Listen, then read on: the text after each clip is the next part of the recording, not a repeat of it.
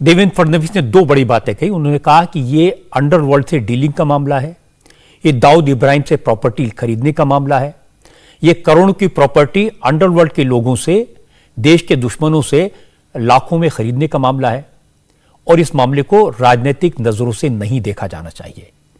लेकिन नवाब मलिक की गिरफ्तारी के बाद महाराष्ट्र में यह मामला पूरी तरह सियासी हो गया है। चीफ मिनिस्टर उद्धव ठाकरे और शरद पवार की मीटिंग में तय हुआ कि नवाब मलिक अभी इस्तीफा नहीं देंगे।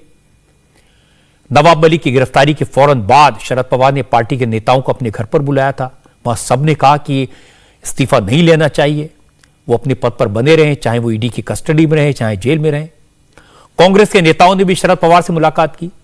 ममता बनर्जी ने भी शरद पवार को फोन करके कहा कि नवाब मलिक की जो गिरफ्तारी है वो निंदनीय है, उसे कंडेम किया जाना चाहिए। शाम को शरद पवार ने मुख्यमंत्री उद्धव ठाकरे और दिलीप वलसे पाटिल, छगन भुजबल, अशोक चव्हाण जैसे बड़े बड़े नेताओं के साथ मीटिंग की। यह मीटिंग मुख्यमंत्री के सरकारी आवास पर हुई, जिसमें कहा गया कि महाराष्ट्र के तीनों सत्ताधारी दल इस मुद्दे पर एकजुट हैं। सबका इल्जाम है कि मोदी सरकार सेंट्रल एजेंसीज का दुरुपयोग कर रही है। नवाब मलिक को गैर कानूनी तरीके से अरेस्ट किया गया है, क्योंकि न उन्हें सम्मन किया गया और न ही राज्य सरकार को जानकारी दी गई। और मीटिंग के बाद छगन भुजबल ने कहा कि जो लोग बीजेपी का विरोध करते हैं उनका मुंह बंद करने के लिए केंद्र सरकार जांच एजेंसियों का मिसयूज करती है। नवाब मलिक की गिरफ्तारी के खिलाफ कल महाराष्ट्र के सभी मिनिस्टर्स मंत्रालय में गांधी मूर्ति के सामने प्रोटेस्ट करेंगे। परसों से एनसीपी, कांग्रेस और शिवसेना के कार्यकर्ता पूरे महाराष्ट्र में प्रदर्शन करेंगे। छगन भुजबल ने कहा कि जब नवाब मलिक पर कोई आरोप साबित नहीं हुआ, उन्होंने कोई गलत काम नहीं किया है, तो फिर उनके इस्तीफे का फिलहाल तो कोई सवाल ही नहीं उठता।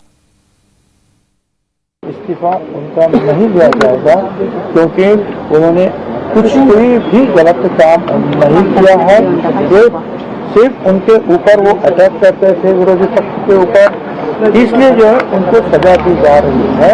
और ये हमारे वकील जो है अमित देसाई जी, उन्होंने भी जो है वहाँ कोर्ट में साफ रखा है कि कुछ भी नहीं है, पीएमएलए का केस ही नहीं है कुछ। वहाँ पीएमएलए का केस कहाँ है? पूरे सारे जो हिस्ट्री जो है, दाऊद का ये है, दाऊद का भाई ये है, दाऊद की बहन ये है। अब ये सारे जो जिसका क्या संबंध होता है, वो मेरे ख्याल से हम सब लोग जो सुनते थे क्या क्या हो रहा है, और ये हम जब देखते हैं इसी तरह, तब ये लगता है कि उनका कोई भी दोष नहीं है। और फिर सिर्फ महाविकास आघाड़ी के उद्धवराव ठाकरे, पवार साहब, सोनिया गांधी जी के नेतृत्व में जो सरकार चली है, उसको तकलीफ देने के लिए, सरकार गिराने के लिए एक मंत्री को पकड़कर उनका मनोबल खत्म करने के लिए प्रेशर बढ़ा रहे हैं। अब मैं आपको एक इंटरेस्टिंग बात बताता हूं। जो छगन भुजबल इतनी जोर जोर से बोल रहे हैं, वो छगन भुजबल भी महाराष्ट्र सदन घोटाले के केस में, मनी लॉन्ड्रिंग के केस में जमानत पर हैं। 2 साल जेल में रहे थे। जिस वक्त छगन भुजबल को गिरफ्तार करके जेल भेजा गया था, उस वक्त महाराष्ट्र में बीजेपी और शिवसेना की मिलीजुली सरकार थी। तब शिवसेना ने छगन भुजबल की गिरफ्तारी को सही बताया था। उस वक्त शिवसेना ने जो बयान जारी किया था, उसमें कहा गया था कि वक्त का पहिया घूम गया है, छगन भुजबल अपने कर्मों का फल भुगत रहे हैं।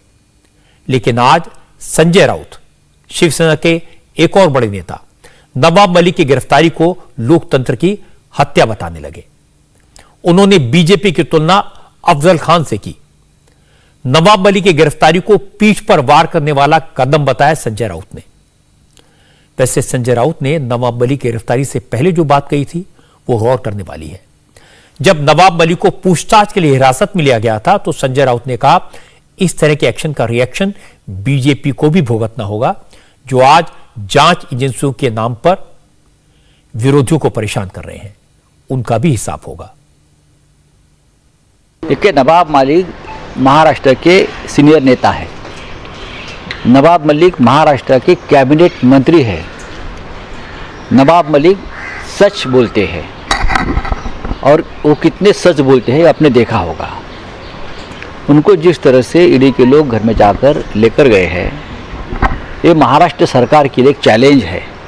मैं मानता हूँ कि एक कैबिनेट मंत्री को हमारे राज्य में आकर केंद्रीय जांच एजेंसी के लोग लेके जाते हैं। जांच कर सकते हैं आप, पुराने कुछ इशू निकाल कर सबकी जांच हो रही है, सबकी जांच हो रही है। 2024 के बाद आपकी भी जांच होगी, ये आप ध्यान में रखिए। मैं जो बोल रहा हूँ उसका परिणाम भुगतने को मैं तैयार हूँ। और मैंने ये जो किरीट सोमैया है आपके बीजेपी के, उसने भी बहुत से लोगों के कागज दिए हैं जो आप बीजेपी में आए हैं उस वक्त। बोगस कंपनी, भ्रष्टाचार, हाँ, उनका क्या हो गया भाई? उनको समझने जाता है, उनको वॉशिंग मशीन में डाल दिया, उनको समझने जाता है, उनके पास ईडी नहीं पहुंचती है, उनके पास सीबीआई नहीं पहुंचती है।